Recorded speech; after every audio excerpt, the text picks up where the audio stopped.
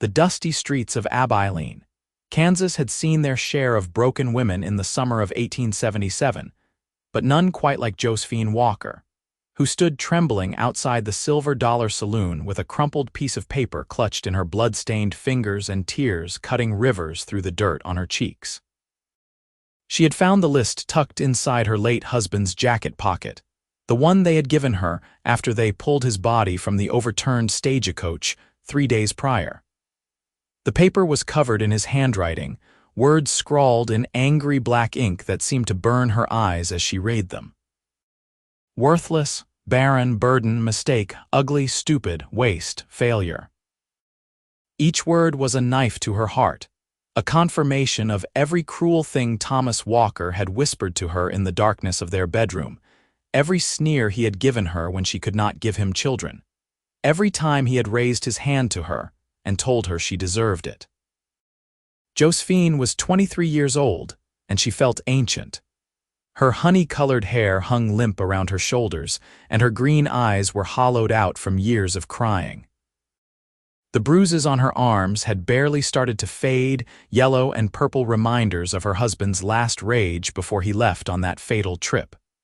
She should have felt relief that he was gone, but instead, she felt only emptiness and the crushing weight of those words on that damned paper. She did not notice the man watching her from across the street until he spoke.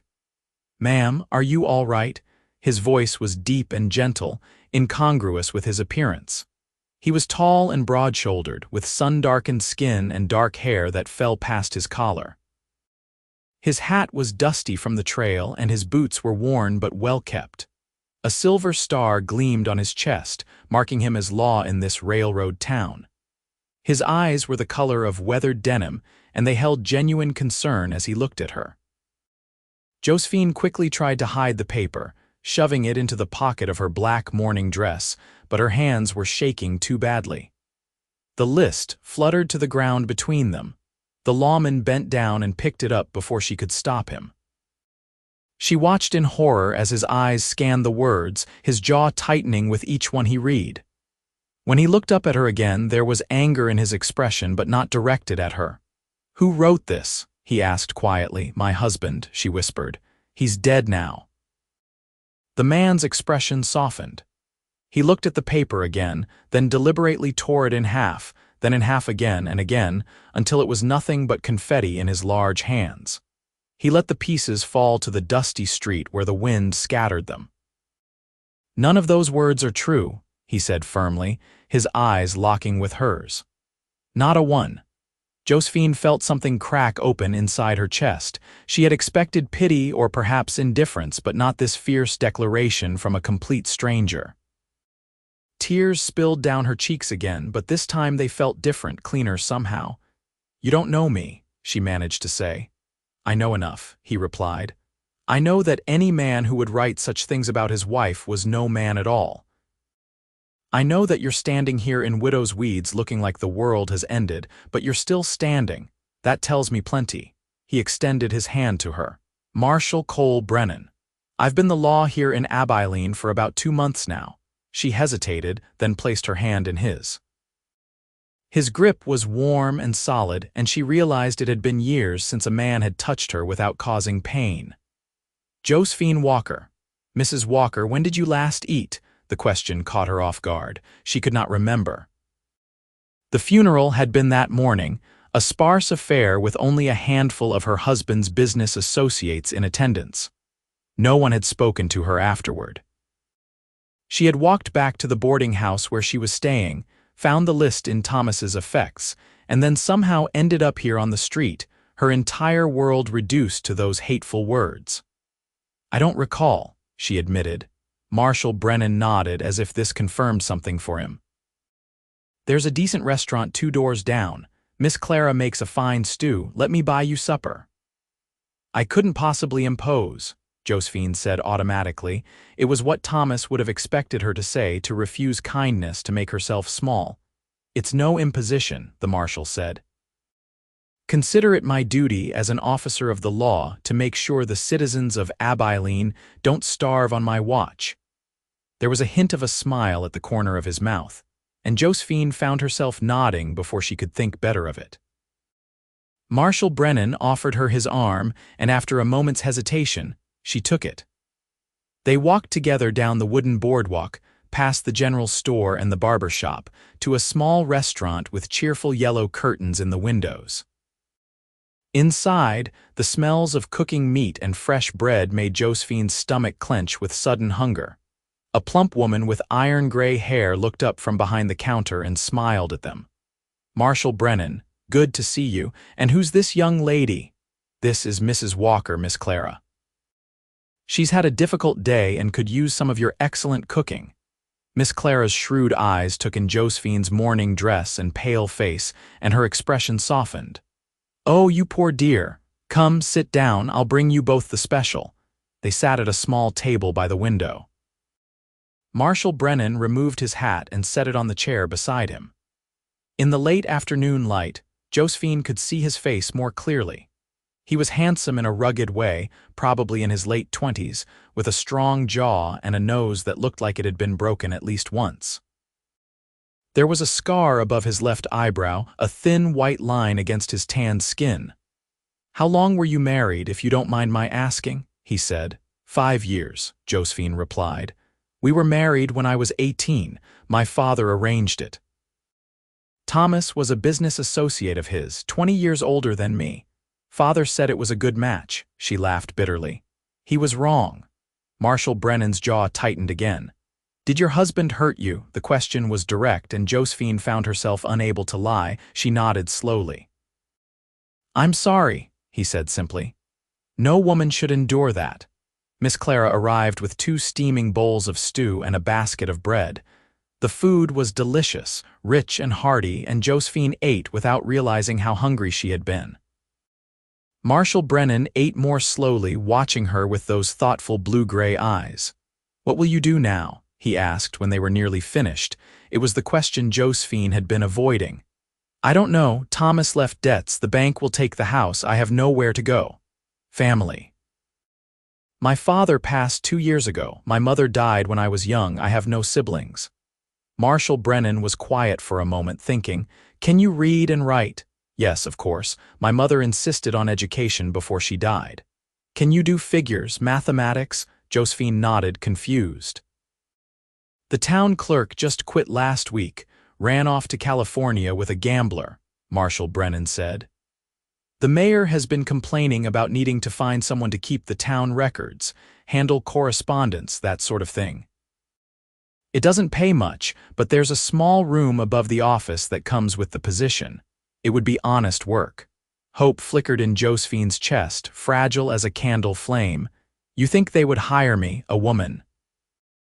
"I think they would hire someone competent who can start immediately," Marshal Brennan said. "And I think my recommendation as marshal would carry some weight. I'd be happy to speak to Mayor Hutchins on your behalf." "Why are you helping me?" The question burst out before she could stop it. "You don't know me. I could be everything that list said I was." Marshal Brennan leaned forward, his expression intense. "Mrs. Walker, I've been in law enforcement for 7 years now. Before that, I was a Texas Ranger. I've seen the worst humanity has to offer.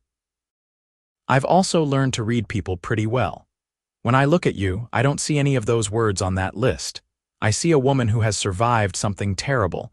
I see strength, even if you can't see it yourself yet. And I see someone who deserves a chance to build a new life." Josephine felt tears prick her eyes again. She blinked them back. "Thank you, Marshal Brennan. I don't know what to say. Say you'll take the job if the mayor offers it to you." Yes, I will." They finished their meal, and Marshal Brennan paid Miss Clara despite Josephine's protests. Then he walked her to the mayor's office, which was in the same building as the town clerk's office and the small courthouse. Mayor Hutchins was a balding man with spectacles and a harried expression that cleared somewhat when Marshal Brennan explained the situation. "Can you start tomorrow?" The mayor asked after testing Josephine's handwriting and arithmetic skills. "Yes, sir," Josephine said, hardly daring to believe this was happening. "Good. The room upstairs is small but clean. Here's the key." "Marshal Brennan, thank you for finding someone so quickly. Mrs. Walker, I'll see you at 8 o'clock tomorrow morning." And just like that, Josephine had a job and a place to live. Marshall Brennan walked her up the narrow stairs to the room above the office. It was indeed small, with just a bed, a washstand, a dresser, and a small table with a chair. But it was clean, and it had a window that looked out over the main street, and most importantly, it was hers. "Thank you," she said again, turning to face the marshal. "I can't express how grateful I am." "No need for thanks," he said. "Welcome to Abilene, Mrs. Walker. I think you'll do just fine here." He tipped his hat to her and left, his boots echoing on the wooden stairs. Josephine stood in her new room in her morning dress, and for the first time in 5 years, she felt something that might have been hope. The next morning, Josephine woke before dawn and carefully washed and dressed. She had only 2 other dresses besides her morning clothes, but she chose the better of the 2, a simple gray cotton that was faded but clean. She pinned her hair up carefully and looked at herself in the small mirror above the washstand. The woman looking back at her had dark circles under her eyes and hollow cheeks, but there was a spark of something in her gaze that had not been there yesterday. The work as town clerk was tedious but not difficult. She recorded deeds and births and deaths, wrote official correspondence for the mayor, and kept the town's financial records in neat columns. The mayor seemed pleased with her work, and the various townspeople who came to the office treated her with polite respect. She saw Marshall Brennan frequently.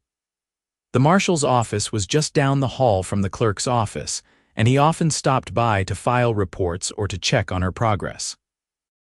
He was always courteous, always kind, and Josephine found herself looking forward to his visits more than she wanted to admit.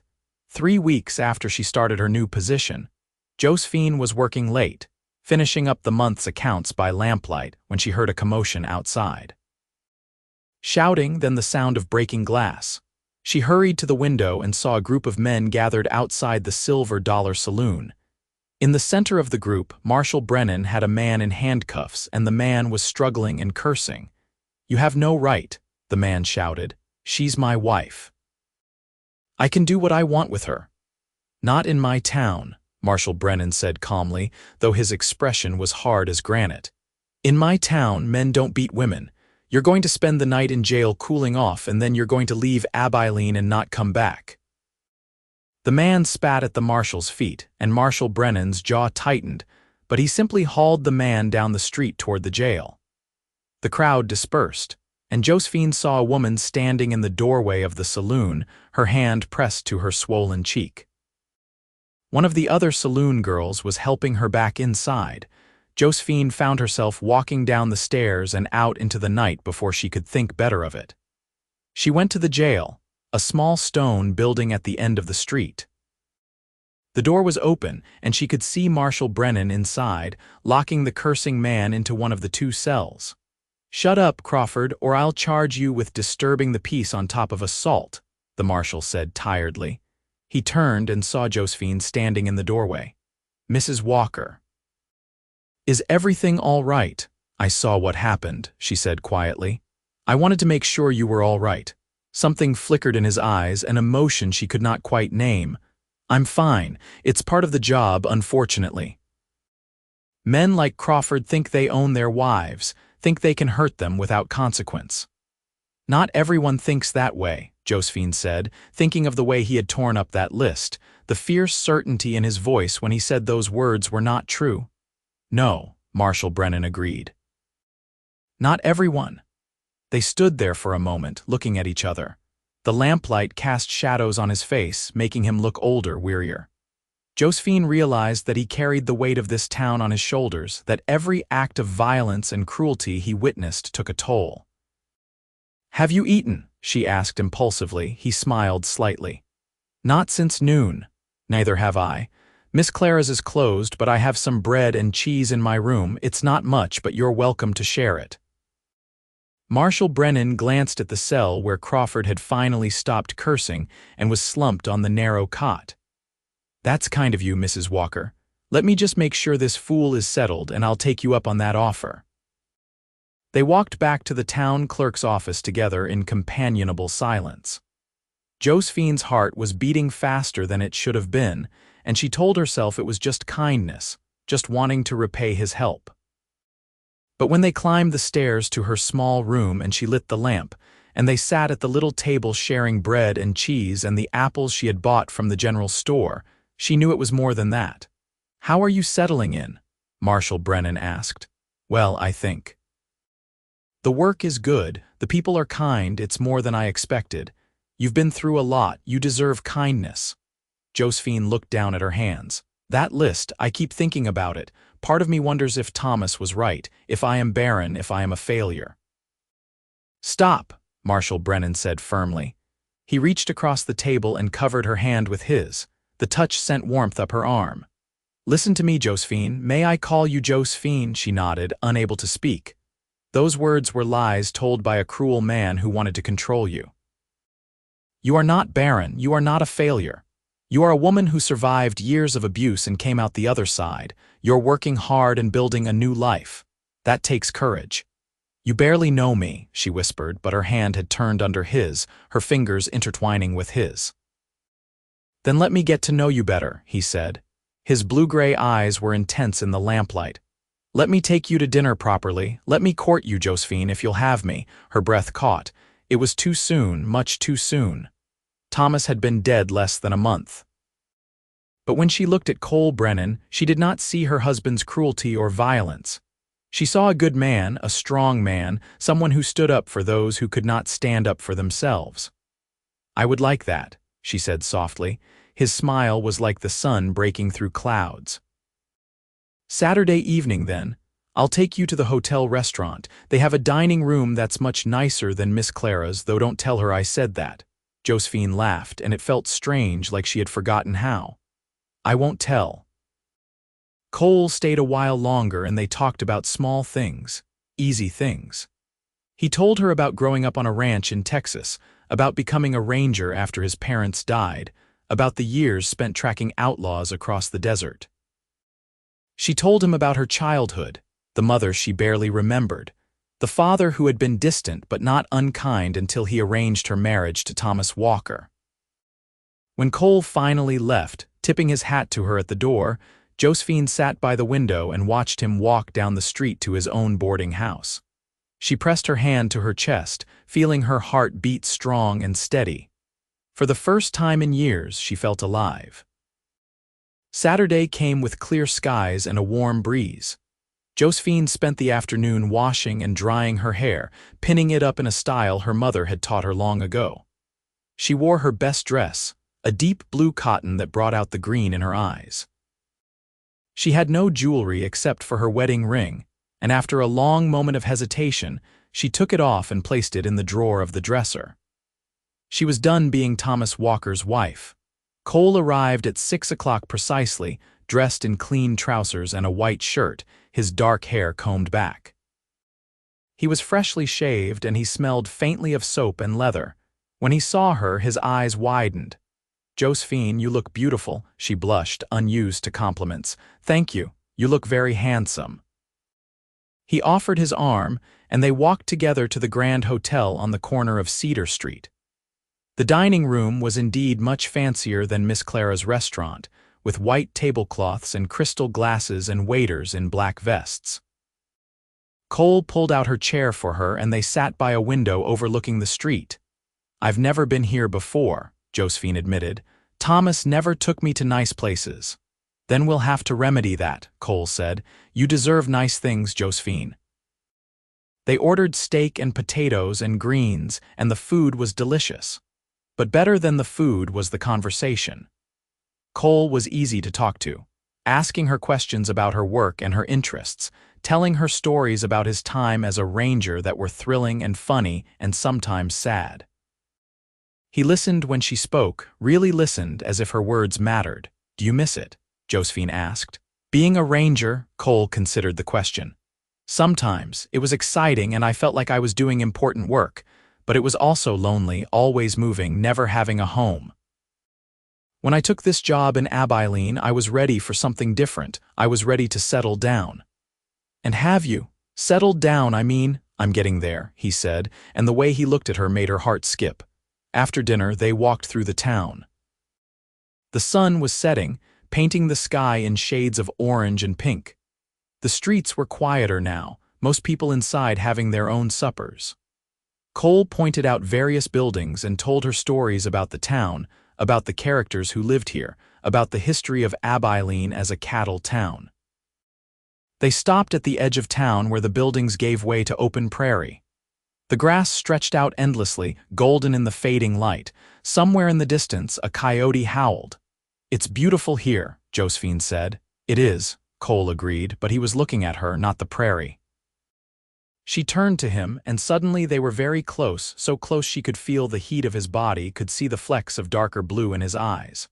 Her heart was pounding, but not with fear, with anticipation.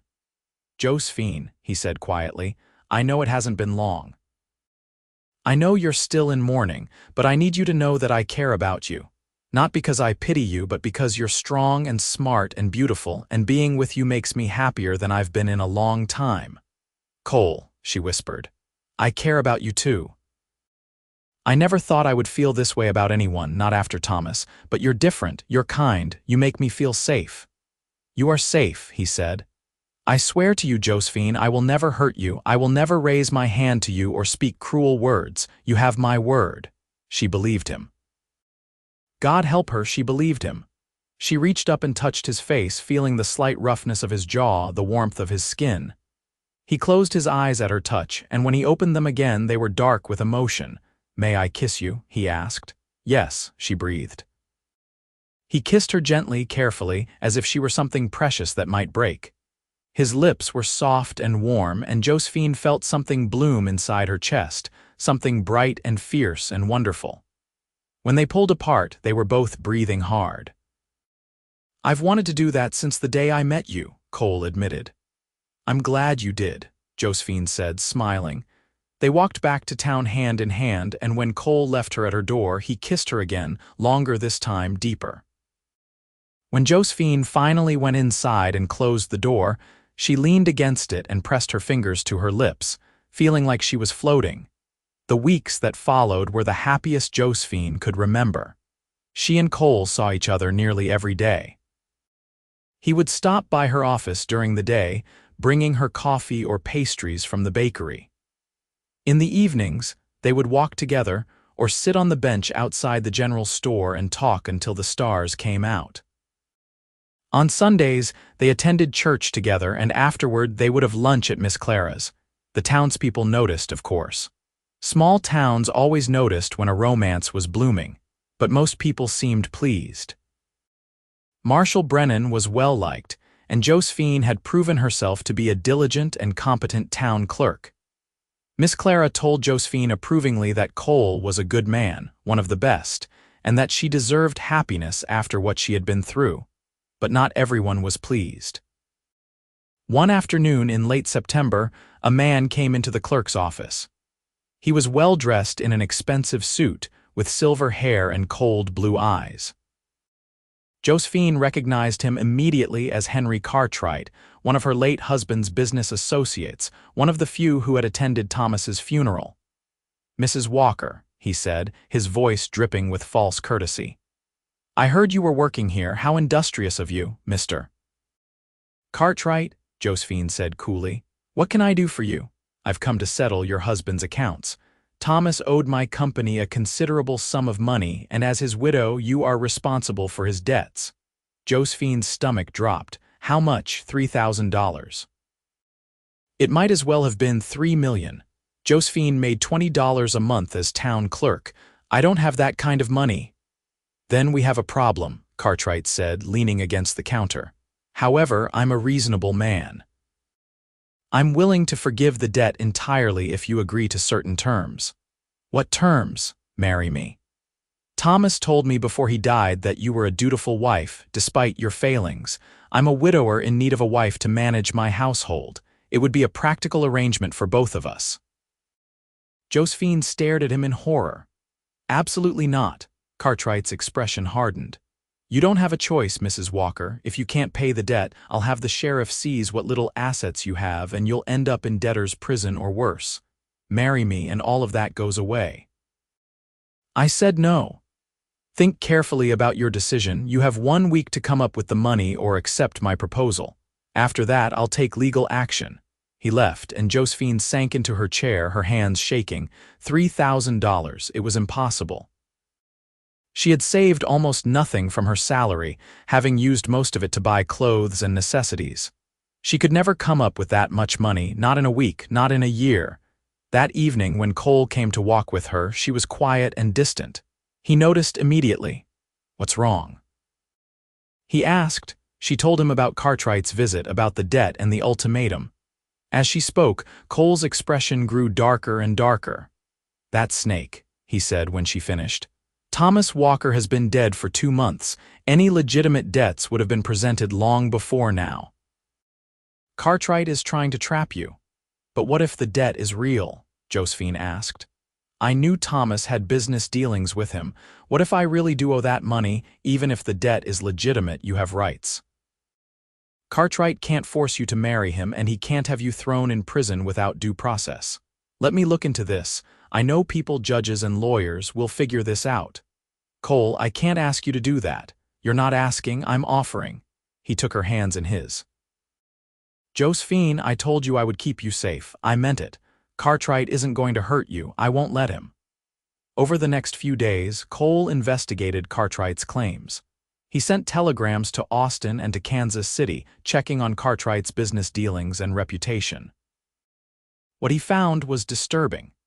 Cartwright had a history of these kinds of schemes, preying on widows and vulnerable women, claiming they owed debts, and then offering to forgive those debts in exchange for marriage or other considerations. Several women had fallen victim to him over the years. "It's a swindle," Cole told Josephine and Mayor Hutchins in the mayor's office. "The debt he's claiming doesn't exist. I've seen the records from Thomas Walker's estate. There's no mention of any debt to Cartwright's company. He's making it up." "Can we prove that in court?" the mayor asked. "I believe so. I've contacted a lawyer in Kansas City who's dealt with Cartwright before. He's willing to come to Abilene and represent Mrs. Walker." "That will cost money," Josephine said quietly. "Don't worry about that," Cole said. "I'll cover it." "Cole, I can't let you do that." "You can and you will," he said firmly. "Josephine, please, let me help you. Let me do this." She looked at him, at the determination in his eyes, and she felt something shift inside her. This man, this good man, was willing to fight for her, to spend his own money to protect her from a predator like Cartwright. Thomas had never protected her from anything. He had been the thing she needed protection from. "All right," she whispered. "Thank you."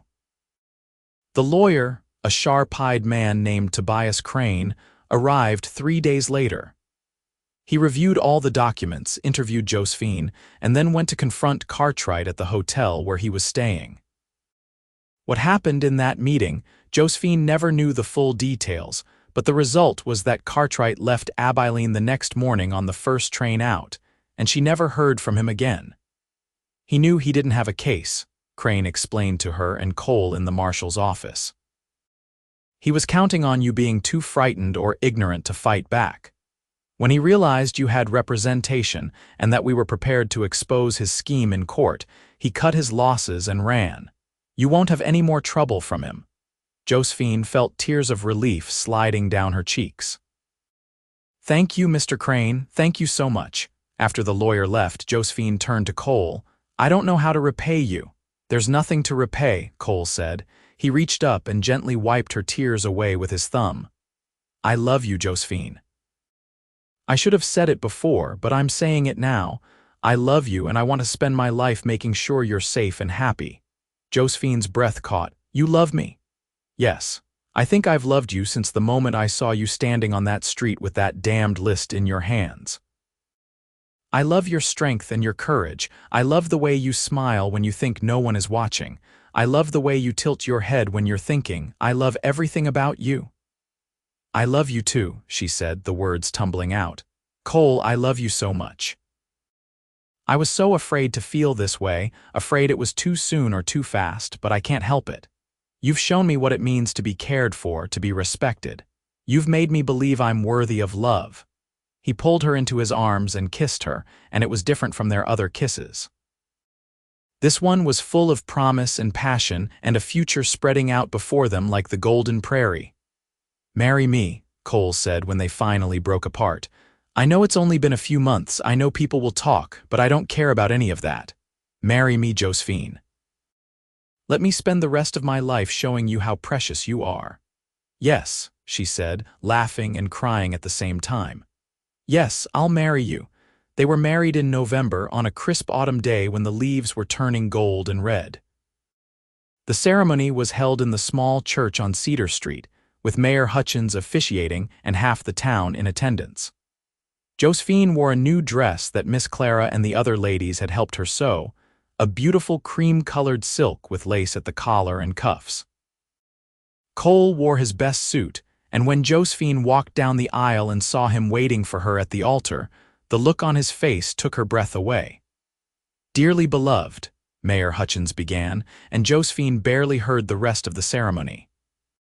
She was too focused on Cole, on his hands holding hers, on the vows they spoke to each other. When the mayor pronounced them husband and wife and Cole kissed her, the church erupted in applause and cheers. The reception was held at Miss Clara's restaurant, which had been decorated with ribbons and flowers. There was music and dancing and more food than Josephine had ever seen. Cole danced with her, holding her close and whirling her around until she was dizzy and laughing. "Happy?" he asked, his lips close to her ear. "Happier than I ever thought possible," she replied. They spent their wedding night in the small house Cole had been quietly renting on the edge of town, a two-room cottage with a porch and a yard. He had furnished it simply but comfortably, and when he carried her over the threshold, Josephine felt like she had finally come home. That night, Cole was gentle with her, patient and careful, knowing that her experiences with Thomas had left scars. He took his time, kissing her slowly, touching her softly, whispering how beautiful she was, how much he loved her. When they finally came together, Josephine cried, but they were tears of joy and release. This was what it was supposed to be like, this tenderness and passion and love. Afterward, they lay tangled together in the darkness, Cole's arms around her, her head on his chest, listening to the steady beat of his heart. "I want to tell you something," Josephine said quietly. "Anything?" "That list, the one Thomas wrote, one of the words was barren. He blamed me because we never had children, but I don't think it was me, I think it was him. His first wife never had children either." Cole was silent for a moment, his hand stroking her hair. "Do you want children?" "I do, but if it doesn't happen, that's all right too. I have you and that's more than enough." "We have time," Cole said. "We have the rest of our lives, Josephine. Whatever happens, we'll face it together." She kissed his chest right over his heart. "Together," she agreed. The months passed in a haze of happiness. Josephine continued her work as town clerk, and Cole continued his duties as marshal. They settled into married life easily, finding rhythms and routines that worked for them. In the evenings, they would sit together on their porch and watch the sun set over the prairie. On Sundays, they would ride out to the countryside, just the two of them and the endless sky. In the spring of 1878, Josephine began to feel unwell. She was tired all the time, and certain smells made her stomach turn. At first, she thought it was just a passing illness, but when her monthly courses stopped, she began to suspect the truth. She went to see Doc Morrison, the town physician, and he confirmed what she had hoped. She was pregnant. Josephine walked home in a daze, her hand pressed to her still flat stomach. A baby. She was going to have a baby. After all those years of Thomas telling her she was barren, that she was worthless because she could not give him children, she was pregnant with Cole's child. She told him that evening, unable to wait any longer. They were sitting on the porch, and she took his hand and placed it on her stomach. "Cole, I'm pregnant. We're going to have a baby." His eyes went wide, and then he was laughing and pulling her into his arms, spinning her around. "A baby." "Josephine, that's wonderful. That's the best news I've ever heard. Are you happy?" she asked, even though she could see the answer on his face. "Happy? I'm over the moon. We're going to be parents." He set her down carefully, suddenly concerned. "Are you all right? Is the baby all right?" "Do you need to sit down?" She laughed at his sudden anxiousness. I'm fine. We're fine. Doc Morrison says the baby should come in late October or early November. That night, Cole held her close and talked about the future. They would need to add onto the house, create a nursery. They would need a cradle and clothes and all the things a baby needed.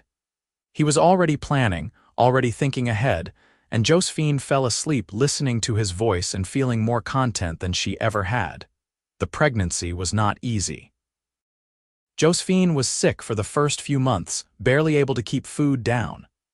But Cole was patient and caring, bringing her crackers and ginger tea, holding her hair back when she was ill, never complaining. As her belly grew, he would sit with her in the evenings and talk to the baby, his large hand spread across her stomach, his voice soft and full of love. In August, Josephine finally told him the full truth about her marriage to Thomas, things she had not spoken of before. She told him about the beatings, about the nights Thomas would come home drunk and violent. She told him about the loneliness and the fear, about how she had sometimes thought about running away but had nowhere to go. She told him about the relief she had felt when she learned Thomas was dead and the guilt that had come with that relief. Cole listened to all of it, his expression growing more and more pained. When she finished, he pulled her into his arms and held her tight. "I wish I could have protected you from all of that," he said, his voice rough with emotion. "I wish I could have found you sooner." "You found me when I needed you most," Josephine said. "That day on the street when you tore up that list and told me those words weren't true, you saved my life, Cole. I don't know if I would have survived much longer if you hadn't come along." "You're stronger than you think," he said. "You would have survived, but I'm glad I was there. I'm glad I got to be the one to love you." In October, as the leaves began to fall and the air turned crisp, Josephine went into labor. It was a long and difficult labor, lasting through the night and into the next day. Cole stayed with her the entire time, holding her hand, wiping her forehead with a cool cloth, murmuring encouragement. Finally, as the sun began to set on the second day, their son was born. He came into the world screaming, healthy and strong, with a shock of dark hair and his father's blue-gray eyes. Doc Morrison placed the baby in Josephine's arms, and she looked down at her son and felt her heart expand in a way she had not known was possible. This tiny, perfect person was hers, was theirs. He was proof that she was not barren, that she was not worthless, that all those words on Thomas's list were lies. "He's beautiful," Cole said, his voice choked with emotion. He was crying, tears streaming down his face as he looked at his wife and son. "Josephine, he's perfect." "He is," she agreed. "What should we name him?" They had discussed names, but had not settled on anything definite. Now, looking at their son, Josephine knew what his name should be. "Thomas," she said. Cole looked at her in surprise. "After your husband?" "No," Josephine said firmly. "After my father, Thomas Green. He wasn't perfect, but he gave me an education and a love of learning. I want our son to have that too." Cole smiled. "Thomas Brennan, I like it. Hello, Thomas. Welcome to the world, son." Little Thomas was a good baby, healthy and happy. He nursed well and slept in stretches, and Josephine felt herself falling more and more in love with him every day. Cole was a devoted father, coming home during his lunch breaks to check on his family, spending his evenings rocking Thomas to sleep and singing him lullabies in a surprisingly good voice. The townspeople came by with gifts and congratulations. Miss Clara brought a beautiful quilt she had sewn. Mayor Hutchins brought a silver rattle. The ladies from the church brought casseroles and bread and offers to help with washing and cooking. One afternoon, a few weeks after Thomas was born, there was a knock at the door. Josephine opened it to find a woman standing there, a woman she had seen before but had never spoken to. It was the woman from the saloon, the one whose husband Marshall Brennan had arrested months ago for beating her. "Mrs. Brennan," the woman said nervously. She was young, probably no older than Josephine, with dark hair and haunted eyes. "I'm sorry to bother you. My name is Annie Crawford." "Please come in," Josephine said, stepping aside. Annie entered hesitantly. She was carrying a small package wrapped in brown paper. I heard you had a baby. I wanted to bring you something to say thank you. Thank you. For what? For your husband. For Marshall Brennan. After he arrested my Jack and ran him out of town, I thought I would have to leave too. I thought I had nowhere to go. But Miss Clara offered me a job at her restaurant, and some of the ladies from the church helped me find a room. For the first time in my life, I'm free, I'm safe, and it's because of Marshall Brennan. She handed the package to Josephine. Inside was a tiny knitted sweater, beautifully made in soft yellow yarn. I made this for your baby, Annie said. It's not much, but I wanted to give you something. Josephine felt tears prick her eyes. It's beautiful, Annie, thank you so much. No, thank you, Annie said. You and your husband, you're good people. This town is lucky to have you. After Annie left, Josephine sat in her rocking chair with Thomas in her arms, thinking about that conversation. She thought about that list, about all the cruel words Thomas Walker had written. Worthless. Barren, burden. Mistake, ugly, stupid. Waste, failure. Cole had been right. None of those words were true, not a one. She was not worthless, she had value and purpose. She was not barren, she had a beautiful son sleeping in her arms, she was not a burden. She contributed to her community through her work and her kindness. She was not a mistake. She was exactly where she was supposed to be. The years passed, each one better than the last. Thomas grew into a bright, curious boy with his father's sense of justice and his mother's love of learning. When he was 3, Josephine gave birth to a daughter they named Clara, after Miss Clara, who had been such a good friend to them. 2 years after that, another son came, whom they named Daniel. Cole continued as Marshal of Abilene, earning the respect and admiration of the town. He was fair but firm, and crime in Abilene decreased significantly during his tenure. Josephine continued as town clerk, eventually training a young assistant so she could spend more time with her growing family. In 1883, when Thomas was 5 and Clara was 2, they had a visitor. A telegram had arrived saying that someone wanted to meet with Marshall and Mrs. Brennan on a matter of importance. When the man arrived, he introduced himself as Samuel Walker, Thomas Walker's brother. Josephine had not known Thomas had a brother. Her late husband had never mentioned family. Samuel was older than Thomas had been, perhaps in his 50s, with gray hair and kind eyes. He sat in their parlor, hat in his hands, looking uncomfortable. Mrs. Brennan, I want to apologize for my brother, he said. I heard about how he treated you, about the kind of man he was. I should have reached out years ago, but Thomas and I were estranged. We hadn't spoken in over a decade. Why are you here now? Cole asked, his arm protectively around Josephine. Because I heard that Thomas had written terrible things about his wife before he died. Someone who knew him told me about a list he had made, cruel words. I wanted to come here and tell you, Mrs. Brennan, that none of that was true. My brother was a bitter, angry man who blamed everyone else for his own failures. His first wife left him because he was cruel to her. He drove away everyone who tried to love him. You were not the problem, he was. Josephine felt something release inside her chest, something she had not realized she was still holding on to. Thank you for telling me that, Mr. Walker. I also wanted to give you this, Samuel said, pulling out an envelope. When our parents died, they left an inheritance. Thomas got his share, which he squandered, but there was a provision that if Thomas died without children, his share would revert to his widow. That's you, Mrs. Brennan. It's not a fortune, but it's $5,000. It's yours by right. Josephine stared at the envelope. $5,000. It was more money than she had ever imagined having. I don't know what to say, she managed. Say you'll use it to build a good life, Samuel said. Say you'll use it to prove that my brother was wrong about you, even though I can see you've already done that. He gestured around the comfortable home, at the children playing in the next room, at Cole's protective presence beside her. You've built something beautiful here, Mrs. Brennan. I'm glad you found happiness after Thomas. After Samuel left, Josephine and Cole sat together on the porch watching the sun set. What do you want to do with the money? Cole asked. Josephine thought for a long moment. I want to use it to help women like I was. Women trapped in bad marriages, women with nowhere to go. Maybe we could buy a house in town and turn it into a boarding house for women who need a safe place. Miss Clara could help run it.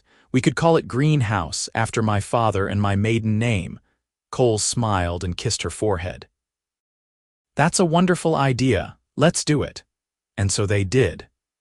Greenhouse opened in the spring of 1884, a large Victorian home on the north side of town. It had 10 rooms that could house women and children fleeing difficult situations. Miss Clara managed it with help from Annie Crawford and several other women from the church. The house was funded by the inheritance money and by donations from the community. It became a beacon of hope for women across Kansas, and Josephine felt a deep sense of purpose knowing that she was helping others the way Cole had helped her. The children grew.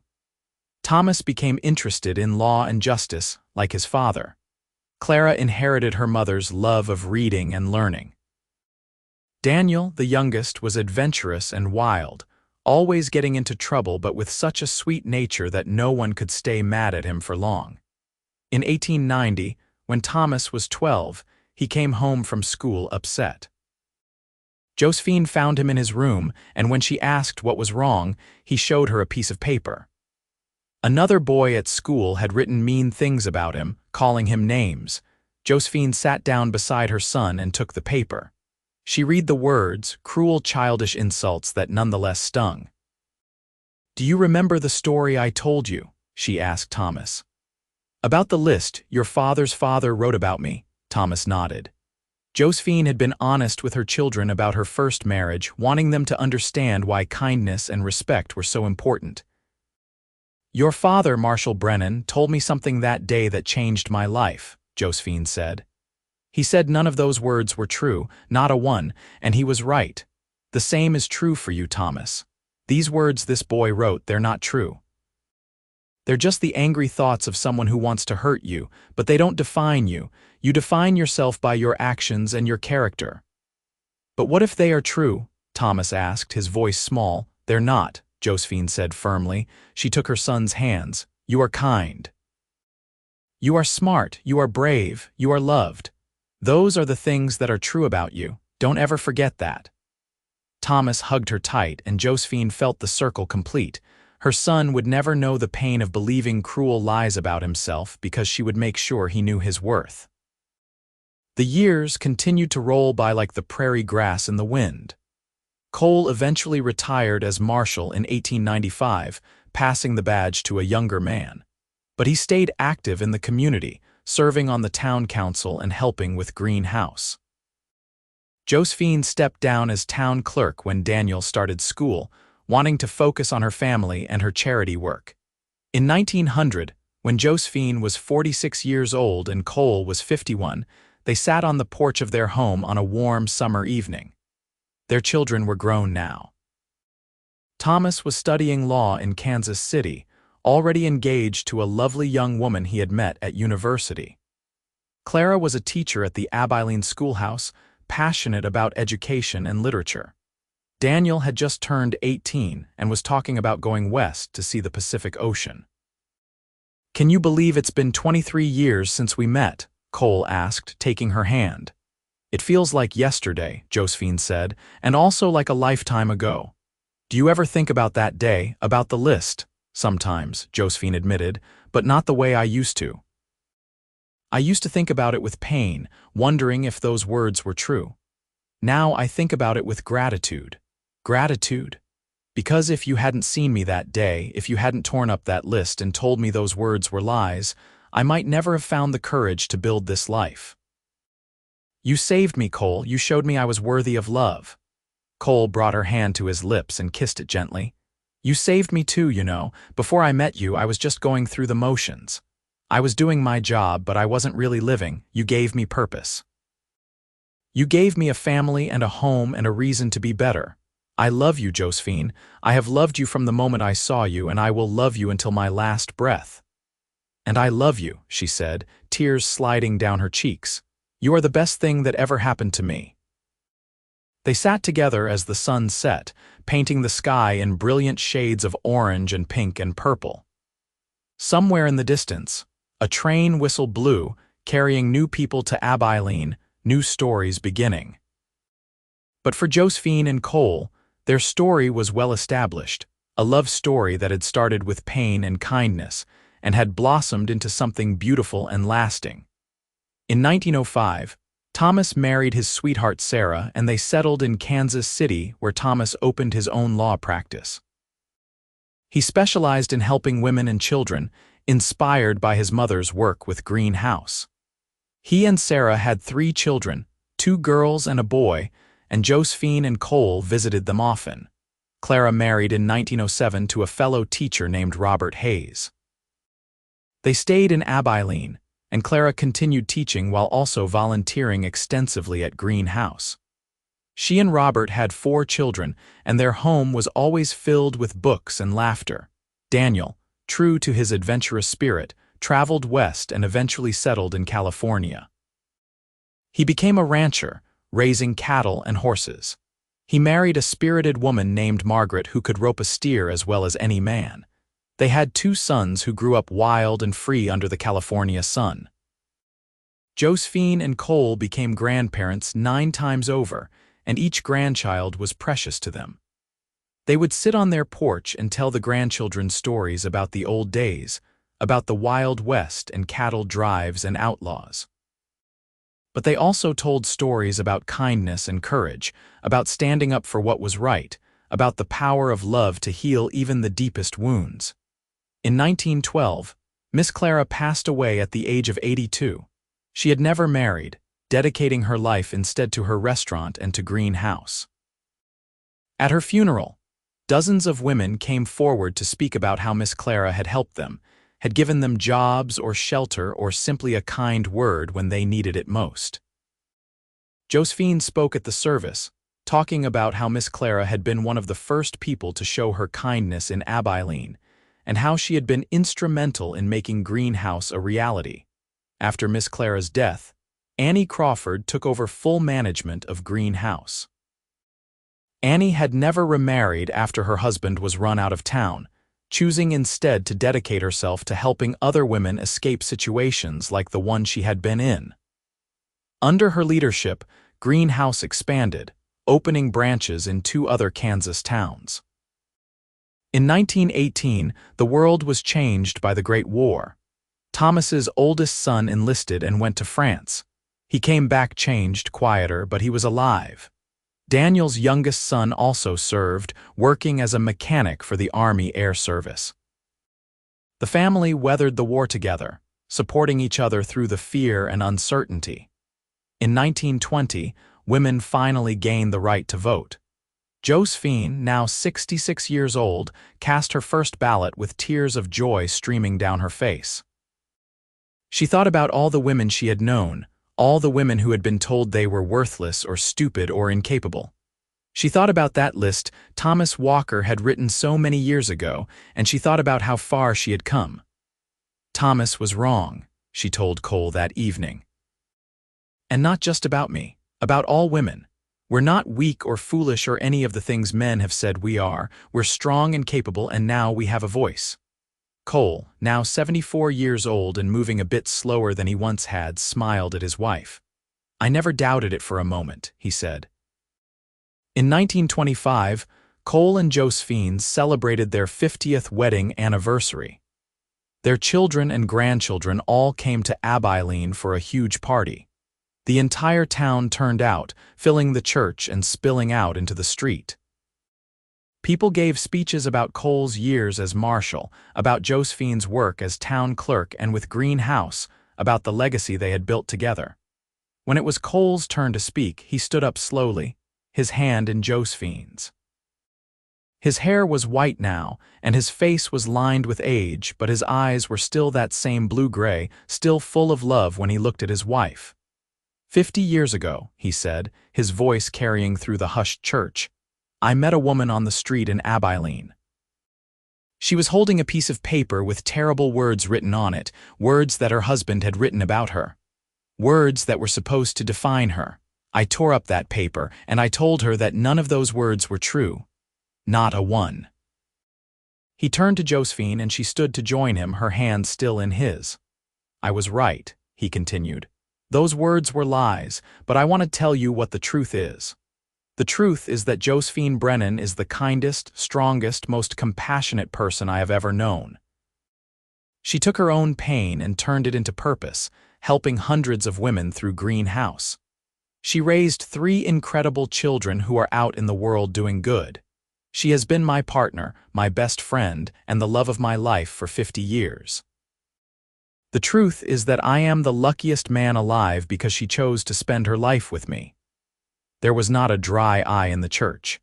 Josephine was crying too, and when Cole finished speaking, she stood on her toes and kissed him to thunderous applause. That night, lying in bed in their home, the same home they had lived in for nearly 50 years, Josephine thought about her life. She thought about the frightened, broken woman she had been when she first came to Abilene. She thought about that list and all those cruel words. And she thought about everything that had come after, all the love and joy and purpose. "Thank you," she whispered to Cole in the darkness. "For what?" he asked, his arm around her. "For seeing me when I couldn't see myself.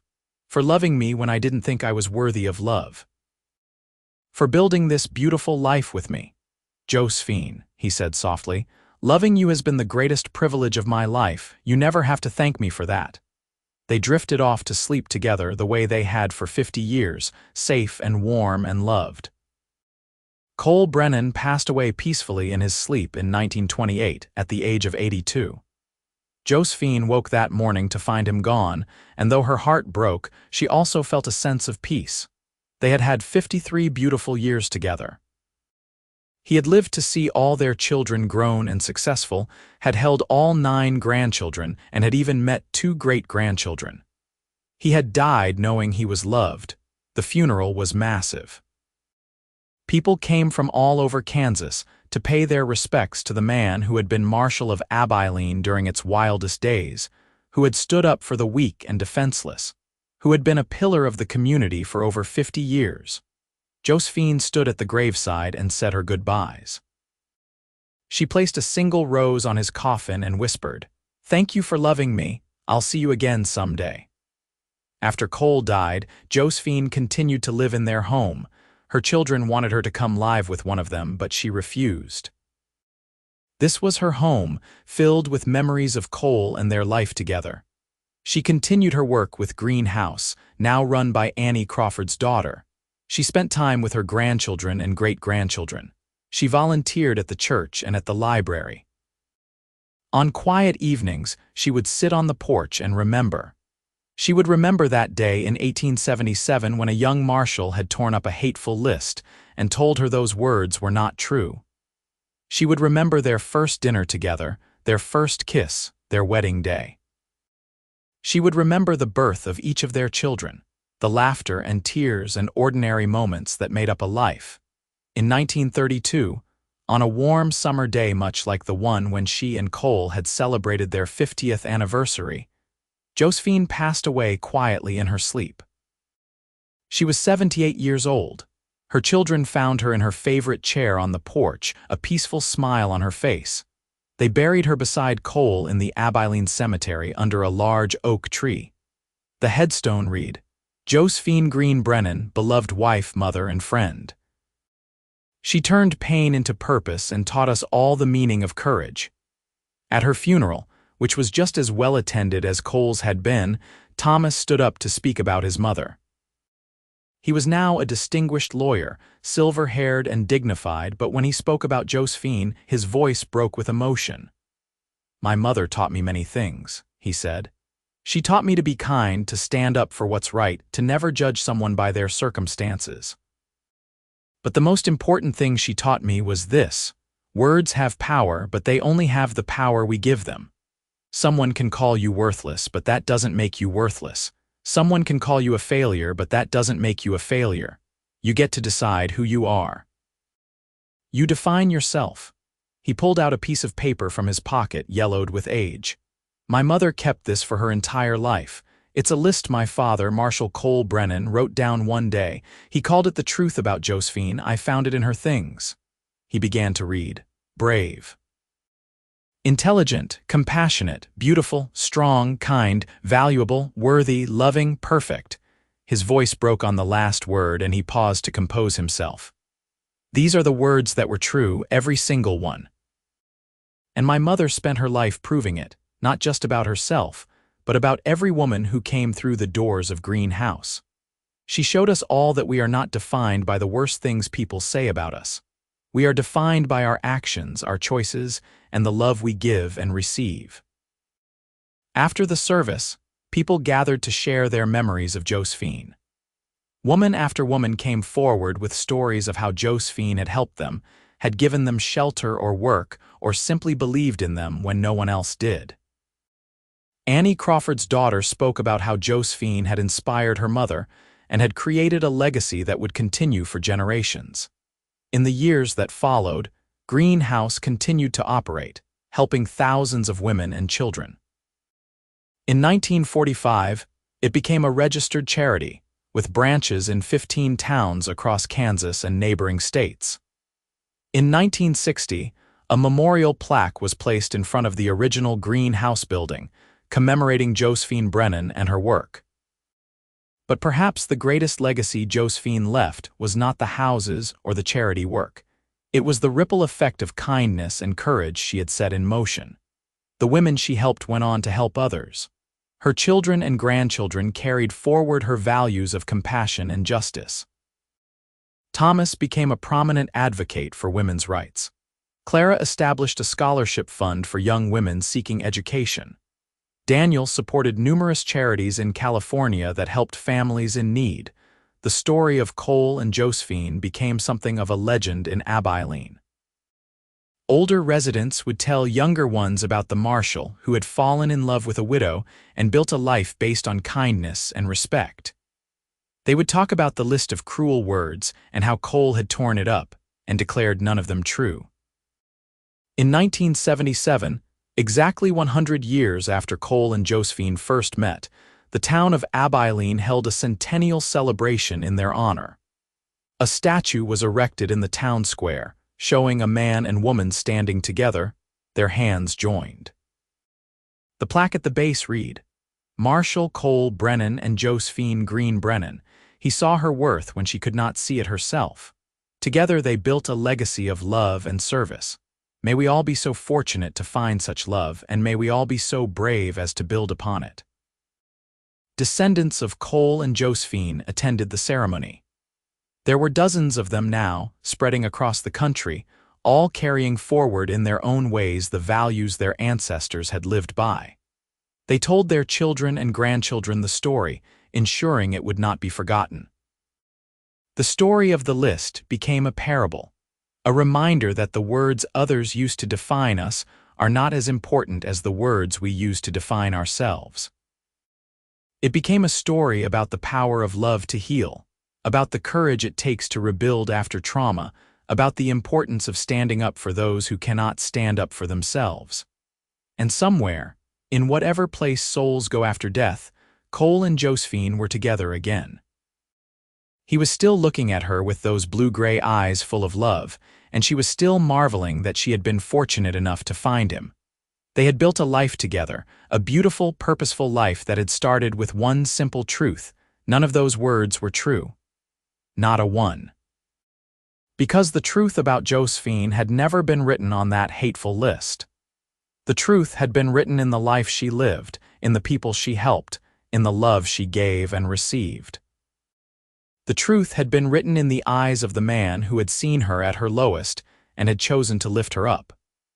The truth had been written in the laughter of her children and grandchildren, in the walls of Green House, in the hearts of every person she touched. The truth was that Josephine Green Walker Brennan had been extraordinary.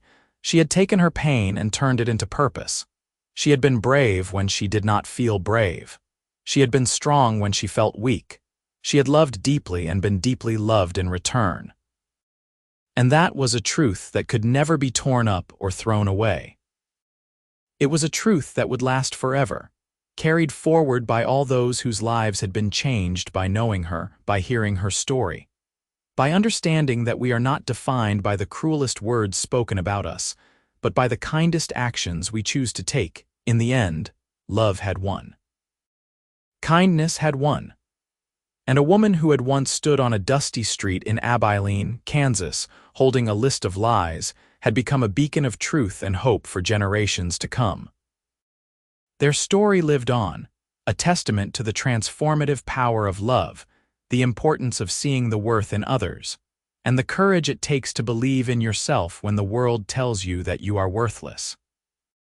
It was a story that began with heartbreak and ended with joy, a story that proved that even the most broken among us can be healed, that even the most damaged can become whole, and that true love, the kind of love that sees and values and cherishes, can change everything. Cole and Josephine's love story became more than just a tale of romance. It became a blueprint for how to love well, how to support and uplift one another, how to build a partnership based on mutual respect and admiration. Their marriage had not been perfect, they had faced challenges and difficulties like any couple, but through it all, they had chosen each other, day after day, year after year. And so the story ended not with sadness but with celebration. Celebration of a life well lived, of love well given, of purpose found in the midst of pain. Josephine and Cole had found each other in the wild, dusty streets of a Kansas cattle town in 1877, and they had built something that lasted far beyond their own lives. They had proved that none of the cruel words mattered. What mattered was love, was kindness, was the choice to see the best in each other and to help each other become the best versions of themselves. What mattered was the legacy they left behind, the lives they touched, the love they shared. And in the end, that was the greatest truth of all.